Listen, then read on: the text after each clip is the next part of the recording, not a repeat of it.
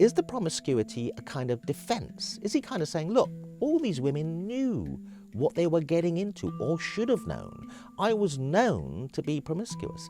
If you came into my room, you should have known what you were getting yourself involved with. As a consultant psychiatrist, besides my private practice in Harley Street, I have not infrequently been involved as part of the background team that's called in to look after a celebrity that finds themselves in the middle of the kind of media maelstrom, the kind of spotlight that Russell Brand now finds himself in. So I'm aware from my direct experience of the kind of mental state, the psychological predicament these people find themselves in. My experience is that they're often in a deep panic. They're very, very anxious about their futures. And as a result of the panic, they often do things or attempted to do things that they later regret.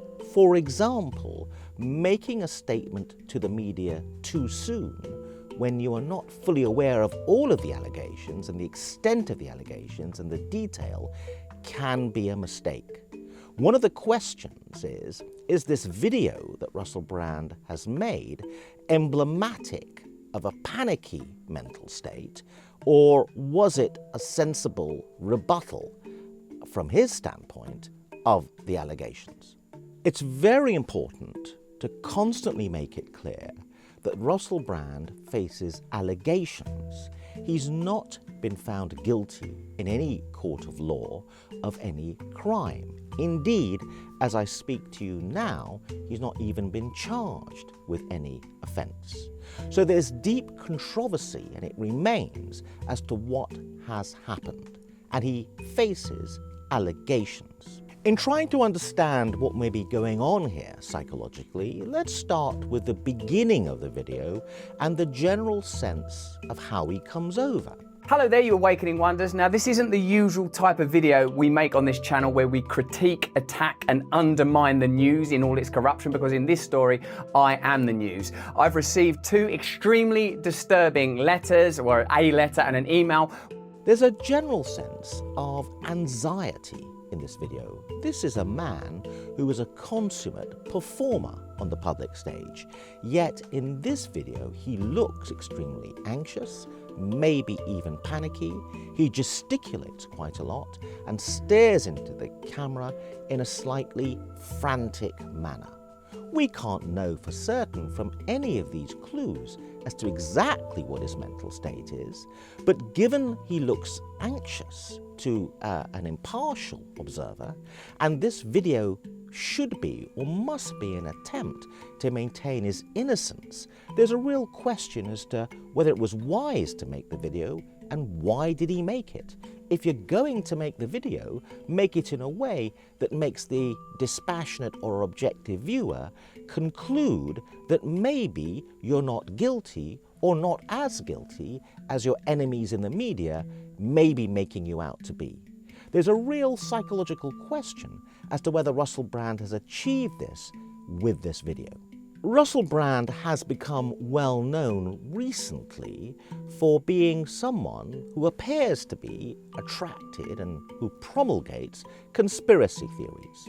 And in this video, he begins about referring to the corruption in the news media. He refers to the mainstream media, and one of his main defenses appears to be that he himself has appeared to be a kind of lone voice, standing up against the misinformation that's peddled by the mainstream media, and as a result, the mainstream media has come for him. Listing a litany of extremely egregious and aggressive attacks, as well as some pretty stupid stuff like my community festival should be stopped, that I shouldn't be able to attack mainstream media narratives on this channel. So there's a sense in which there's an intimacy, a psychological intimacy between Russell Brand and his usual viewers. These will be the kind of people who normally would be watching his YouTube channel. However, the psychological difference, and maybe the psychological mistake Russell Brand has made here, possibly, we can't know for certain what's going on in his mind, is that many millions of people will be watching this YouTube video who are not his usual fans, who are not people who subscribe to the kind of conspiracy theories that he and his many, many millions of followers believe in. So one of the questions is the intimacy that appears to develop between Russell Brand and his viewer. We call that in psychology a kind of parasocial relationship, a kind of almost like a real relationship, but between two people, him and his audience who have never met. That intimacy does seem to be shared in the video. He looks directly into the camera and appears to be talking to someone he seems to know. He does know his audience well. The trouble is, the particular audience for this video will be many millions of people who don't share his conspiracy theories. So, defending yourself by referring to them may not be the best defense. Psychologists are very interested when someone uses an unexpected or unusual word, because that can often be a bit more revealing than when someone uses conventional language. It is striking in this video that Russell Brand uses the word baroque, which is an odd choice of word. The word baroque tends to mean over-elaborate, over-ornate. He refers to the allegations against him as somewhat baroque, which is a slightly puzzling reference. But amidst this litany of astonishing, rather baroque attacks are some very serious allegations that I absolutely refute. He may be trying to indicate at a surface level that he thinks some of these allegations are over-ornate, over-elaborate, and therefore could be dismissed for that reason. However, another possibility, and again we can't know exactly what is going on in his mental state, but the kind of thing that psychologists tend to think about when they're analysing videos like this, and if this turns into a criminal case, it hasn't yet, the police will be hiring forensic psychologists to analyse this video and other video material that Russell Brand may have produced in the past. But one of the things that psychologists would be thinking about is this choice of word is very striking. It's an unusual choice of word. It's the kind of word you use maybe if you're a very well-read person, very intelligent person. Is Russell Brand trying to show off a bit, or not necessarily show off, but slips in this word because he is highly intelligent, and does it radiate intelligence? Does it tell us this is a very high IQ person? There are many aspects of Russell Brand's performance that suggest a kind of towering intellect. This probably is an extremely bright man.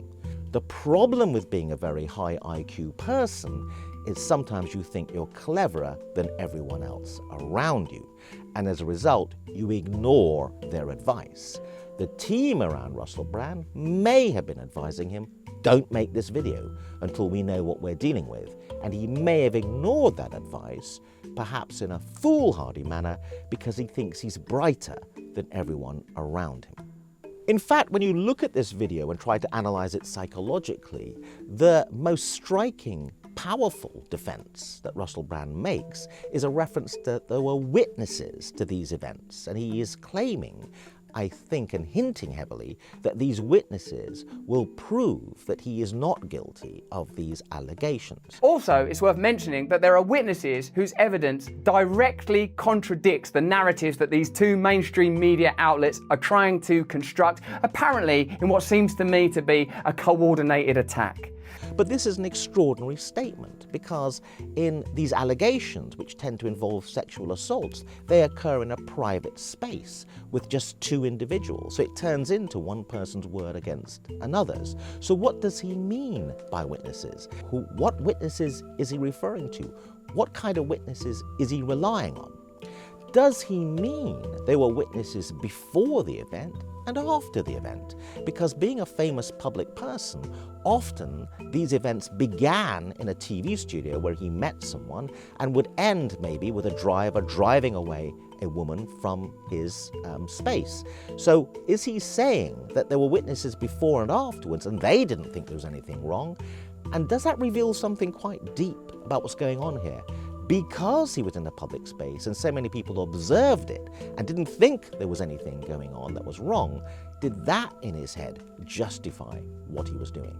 Russell Brand in this video says very near the beginning, almost like a confessional that he has always been open about the fact that he was very promiscuous. These allegations pertain to the time when I was working in the mainstream, when I was in the newspapers all the time, when I was in the movies, and as I've written about extensively in my books, I was very, very promiscuous. Now, during that time of promiscuity, the relationships I had were absolutely always consensual. I was always transparent about that then, almost too transparent, and I'm being transparent about it now as well. Interestingly, he refers to it in the past tense. If people are going to confess and admit to something, and there's nothing illegal about being promiscuous, there's nothing necessarily immoral about being promiscuous, it's just the thing that you are. But if someone is going to admit to that, one question is, are they going to say why it was in the past and not now? That's kind of missing from this video. But the other thing that is striking and a bit worrying, and we must always remember these are just allegations, this man has not been found guilty or charged with anything as yet, is the promiscuity a kind of defense? Is he kind of saying, look, all these women knew what they were getting into or should have known. I was known to be promiscuous. If you came into my room, you should have known what you were getting yourself involved with. You were getting involved with a man who was going to have a very brief sexual encounter with you and move on.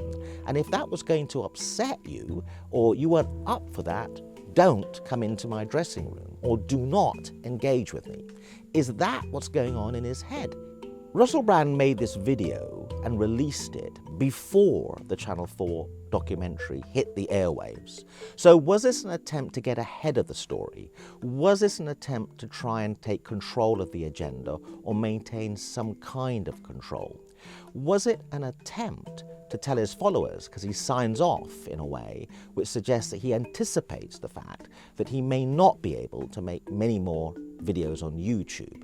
So is he trying to bond with his followers in one last hurrah in this video? But I feel like I'm being attacked, and plainly they are working very closely together. We are obviously going to look into this matter because it's very, very serious.